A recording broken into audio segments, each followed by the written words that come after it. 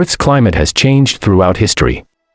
Just in the last 650,000 years, there have been 7 cycles of glacial advance and retreat, with the abrupt end of the last ice age about 11,700 years ago marking the beginning of the modern climate era and of human civilization. Most of these climate changes are attributed to very small variations in Earth's orbit that changing the amount of solar energy our planet receives. The current warming trend is of particular significance because it is unequivocally the result of human activity since the mid-20th century. And it is proceeding at a rate that is unprecedented over millennia. It is undeniable that human activities have warmed the atmosphere, ocean, and land, and that widespread and rapid changes in the atmosphere, ocean, cryosphere, and biosphere have occurred. The heat-trapping nature of carbon dioxide and other gases was demonstrated in the mid-19th century. Their ability to affect the transfer of infrared energy through the atmosphere is the scientific basis of many instruments flown by NASA. There is no question that increased levels of greenhouse gases must cause Earth to warm in response. Ice cores drew from Greenland, Antarctica, and tropical mountain glaciers show that Earth's climate responds to changes in greenhouse gas levels. Ancient evidence can also be found in tree rings, ocean sediments, coral reefs, and layers of sedimentary rocks. This ancient, or paleoclimate, evidence reveals that current warming is occurring roughly 10 times faster than the average rate of Ice Age recovery warming. Carbon dioxide from human activity is increasing more than 250 times faster than it did from natural sources after the last Ice Age. The planet's average surface temperature has risen about 2 degrees Fahrenheit since the late 19th century. A change driven largely by increased carbon dioxide emissions into the atmosphere and other human activities. Most of the warming occurred in the past 40 years, with the 7 most recent years being the warmest.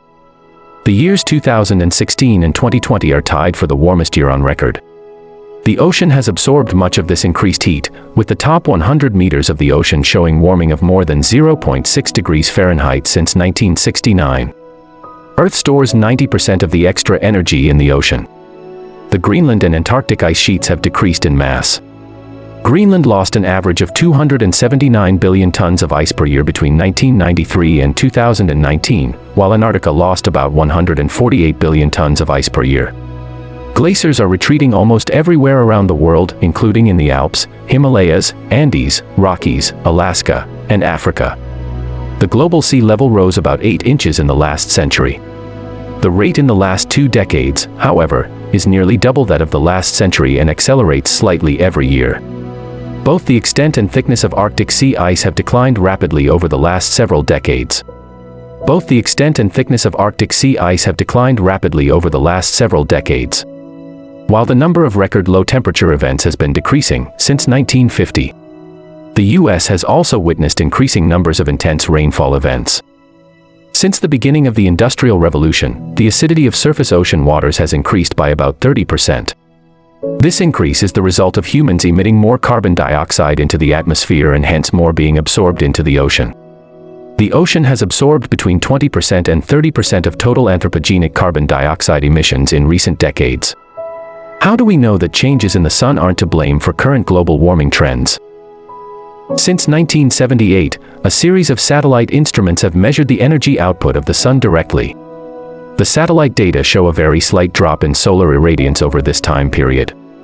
So the sun doesn't appear to be responsible for the warming trend observed over the past several decades. The industrial activities that our modern civilization depends upon have raised atmospheric carbon dioxide levels from 280 parts per million to about 417 parts per million in the last 151 years. Forests absorb huge amounts of carbon dioxide from Earth's atmosphere, making them a key part of mitigating climate change. But humans may have already rendered the world's largest rainforest useless and perhaps even detrimental to the battle against greenhouse gases. If we talk about the Amazon rainforest, it is officially creating more greenhouse gases than it is absorbing. The Amazon rainforest is now emitting more than 1.1 billion tons of CO2. The Amazon rainforest means the forest is officially releasing more carbon into the atmosphere than it is removing. The length of the frost-free season has been increasing nationally since the 1980s, with the largest increases occurring in the western United States. It affects ecosystems and agriculture. Across the United States, the growing season is projected to continue to lengthen. Let's not know what our future world is going to be like if we are not warned in advance. In a future in which heat-trapping gas emissions continue to grow, increases of a month or more in the lengths of the frost-free and growing seasons are projected across most of the U.S. by the end of the century. The largest increases in the frost-free season are projected for the western U.S., particularly in high elevation and coastal areas.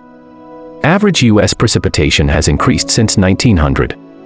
But some areas have had increases greater than the national average, and some areas have had decreases.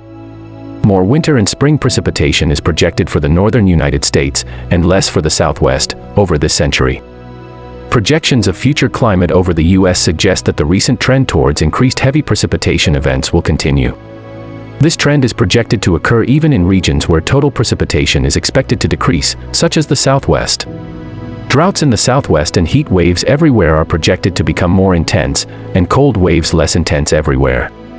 Summer temperatures are projected to continue rising, and a reduction of soil moisture, which exacerbates heat waves, is projected for much of the western and central U.S. in summer. By the end of this century, what have been once in 20-year extreme heat days are projected to occur every 2 or 3 years over most of the nation. The global sea level has risen by about 8 inches since reliable record-keeping began in 1880. It is projected to rise another 1 to 8 feet by 2100. This is the result of added water from melting land ice and the expansion of seawater as it warms. In the next several decades, storm surges and high tides could combine with sea level rise and land subsidence to further increase flooding in many regions. Sea level rise will continue past 2100 because the oceans take a very long time to respond to warmer conditions at the Earth's surface. Ocean waters will therefore continue to warm and sea level will continue to rise for many centuries at rates equal to or higher than those of the current century. The Arctic Ocean is expected to become essentially ice-free in summer before mid-century. We all know what should be done to prevent this from happening. But still, we want to remind you that, according to NASA, climate change will also cause more natural disasters. For example, in Asia, freshwater availability projected to decrease in Central, South, East and Southeast Asia by the 2050s. Coastal areas will be at risk due to increased flooding, death rate from disease associated with floods and droughts expected to rise in some region. Humans are facing the problem of climate change today, and the ones who are causing these conflicts are humans. It is impossible to stop global warming, but people still can reduce and slow down this problem. If there is no interaction to this problem, will soon be killed by the change in climate and natural disasters. Humans were the ones who changed the world, and now, it is time for a human to change themselves. So, what is your opinion on global warming? If you find any solutions or opinions, you can share them in the comments section below. You also can stay connected with us through the social media link in the description below. We will be back soon with a new video. Till then, stay with us.